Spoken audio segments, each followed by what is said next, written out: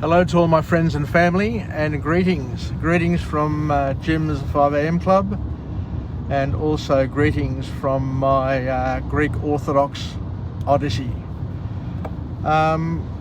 Just wishing everybody Kali Kathari Deftera, happy clean Monday.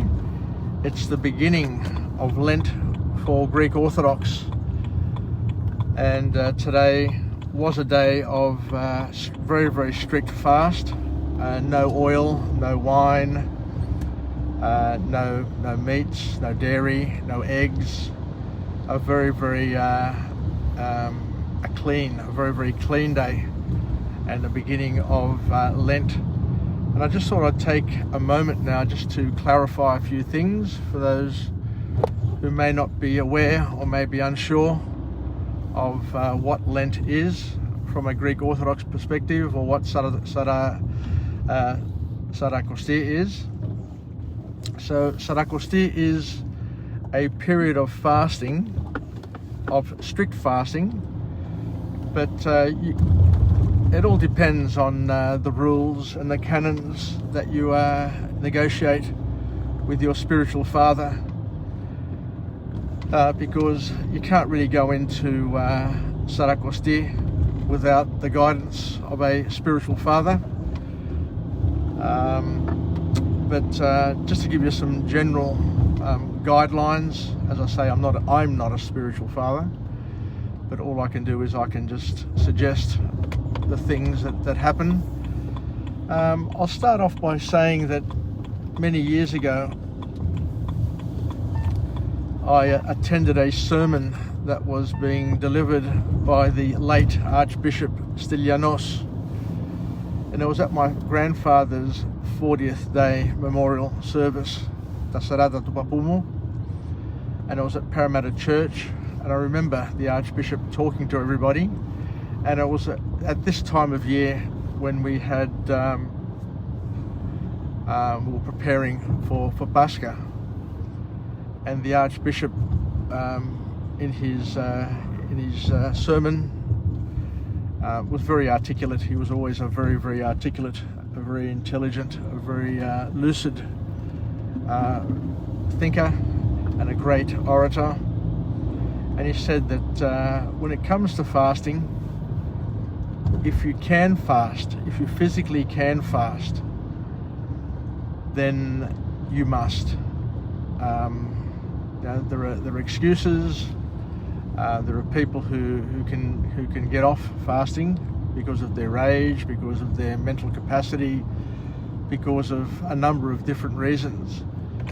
But for most people, for most Greek Orthodox Christians who are able-bodied and able-minded, there really is no excuse to not fast. And hence why he said, if you can, you must. But so fasting for the Greek Orthodox, the serious fasting, the strict fasting, commenced last night at sundown. Because as I mentioned yesterday, the church day goes from sundown to sundown. So Clean Monday is the beginning of Lent, and it's the beginning of a 40-day period which ends on the Friday before Palm Sunday. So it ends on the Friday before Palm Sunday, and it's a period of preparation. Lent for the Greek Orthodox is a period of preparation where we prepare for Holy Week. Unlike the Roman Catholics, where their Lent is a period which leads up all the way up to Easter Sunday. So our Lent is 40 days of preparation, of fasting, leading to the beginning of Holy Week. And Holy Week for the Greek Orthodox begins on Easter Saturday. It's called the Saturday of Lazarus, should I say, not Easter Saturday, the Saturday of Lazarus, which is the day before Palm Sunday. So that's a very, very important point that I'd like to make And it's something that a lot of people don't understand, a lot of people don't realise and appreciate. They think that Lent is 40 days of fasting before Easter, but it's 40 days of fasting before Holy Week. So it ends up being about 49 days of fasting, of strict fasting. And if you include Meat Fair Sunday, which was last week, it's 55 days without meat and 49 days without dairy, eggs and cream and fish. We will indulge in fish. There are 2 days where we can have fish, and 1 day is coming up shortly, and it's called Annunciation Evangelismos, which is the 25th of March, and also Palm Sunday. So in terms of the fast, there are different levels of fasting. I, over the past maybe 5 or 6 years, have decided to do a stricter fast. I go hardcore, and I go hardcore because of my personality type, my level of mild OCD, which basically allows me to do things with a little bit more detail. And so basically my fast from last night is water only. So look at me now. I've had water only since sundown last night, and I will do it for 2 more days. So I will have water only till Wednesday sundown, and then I'll have a small meal, a small modest meal of xerophagia, which is dry unprocessed foods. So I'll have some fruit, some nuts, and that's basically it. So I'll look forward to that breaking of that initial 3-day fast on Wednesday evening after sundown, and then I'll go 2 more days with just water, and then on the Friday evening, once again, 1 more small modest meal of xerophagia. And then after that, I'll just do my normal strict fast. And the way I do it is that during the week I don't have oil or wine, so it's a strict fast without oil and wine, and without shellfish. So the shellfish, the prawns, and things like that, so the fish without a vertebrae, I may include on the weekend, and you normally have those when you're having oil and wine. So I'll leave those for the weekend. So in terms of the water only fast that I do, I must admit the first day is pretty hard, but I've had the benefit of eliminating meat the week before, eliminating dairy and everything else as of last night, and today it is a bit of a shock to the system, because what happens is your body goes into a state of ketosis because you've got absolutely no calories that you're processing, no sugar, nothing. So what will happen is that my body will first burn up the glycogen stores which are in my muscles. So any sugars, any glucose which is stored in my muscles will get burnt up over the next couple of days, and come Wednesday I will be in a state of ketosis where my body will feast on ketones. So what that actually means is that, so the first day of the fast is basically burning up all your glycogen stores, and then you go into ketosis, as I mentioned. So day 1 is difficult. Day 2 is slightly easier, but counterintuitively, I'd like to share this with you. Counterintuitively, the third day when my body's in ketosis and it's feasting on ketones, I'm on a high. So basically my body will be accessing the fat stores because there'll be no more glycogen left in my muscles. I would have burnt it off, used it up, and because I'm having water only, my body will be forced into a ketonic state where I feast on the fat. So my energy levels will come from the fat, and it's a time where you're most alert, believe it or not. Instead of being weak and tired, what actually happens is that because your body is in ketosis and having fat and feeding off the fat, you actually get a sense of, you get an energy surge. You're very, very bright, very, very alert. Even though you feel tired, you're alert. So you're in a different sort of state, and it's more like a flow state. I don't know how to explain it, but it is a state where you're really, really alert, but relaxed, hyped up, but peaceful, able to absorb spiritual learnings or anything, instructions, without fighting back.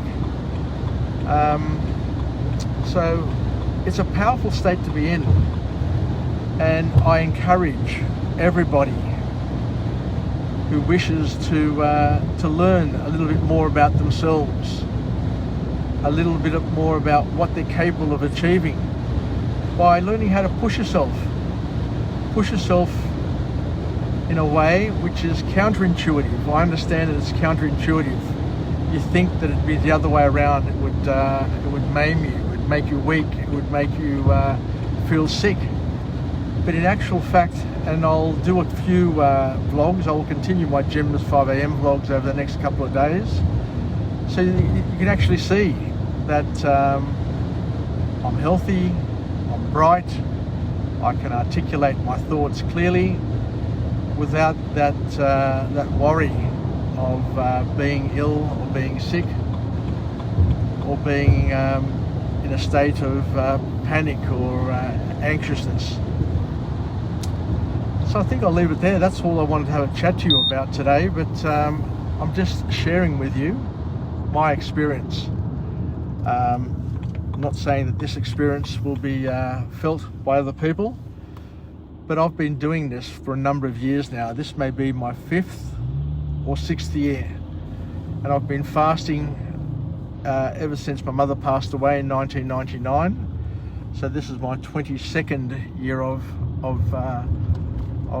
observing the Easter fast, the Lenten fast, as well as the Holy Week fast, and it's a time of year that I really, really love.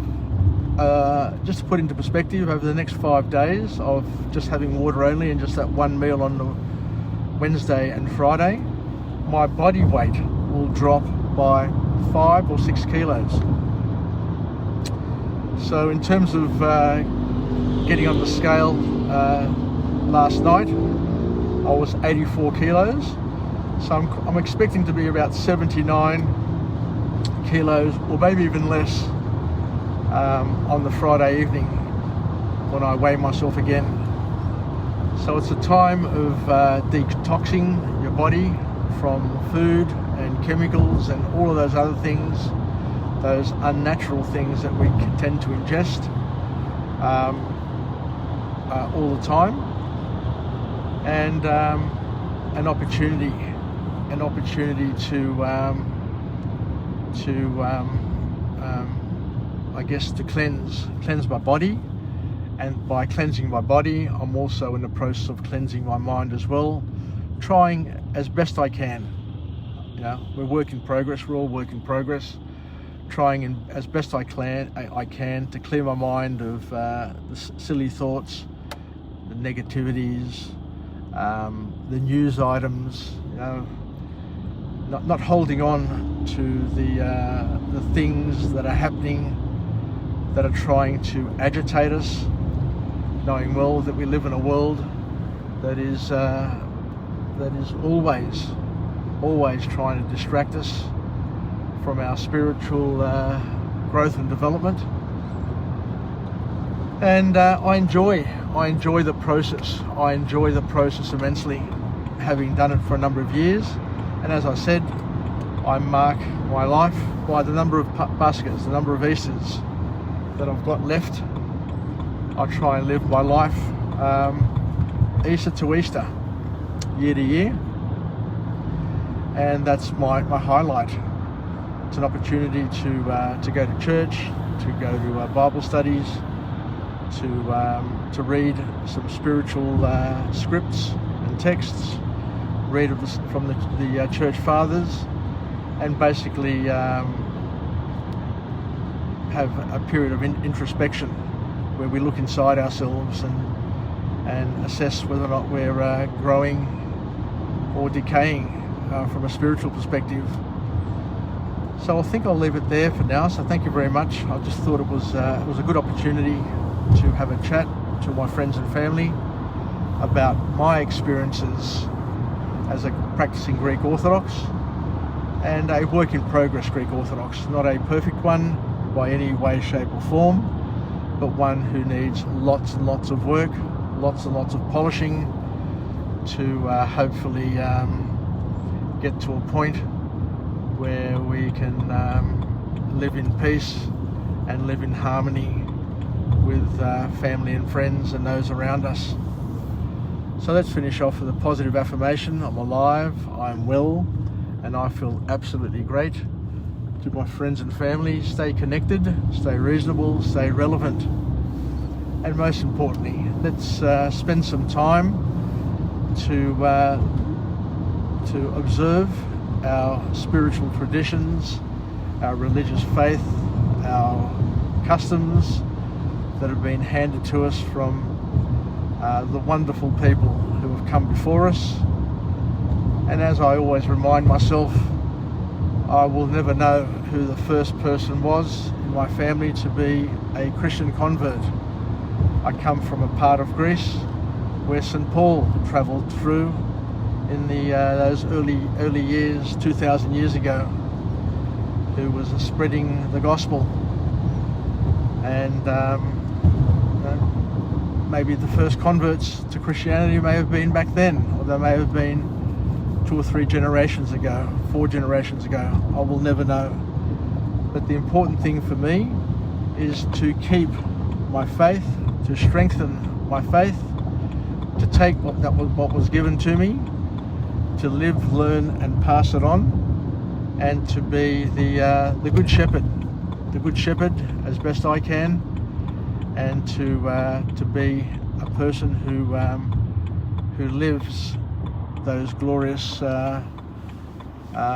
beliefs, those important truths that we have inherited, thank God, to our good parents, our godparents, our uncles, our aunts, our grandparents, and all of those who have shared our faith and who make it all much more meaningful, and who had added colour and purpose to it. Anyway, I think I'll leave it there. So thank you very much, and I look forward to coming to you again, sharing more of the faith and more of the customs and the traditions of the things that keep us alive and keep us going. Yassas, Philakia, and bye for now.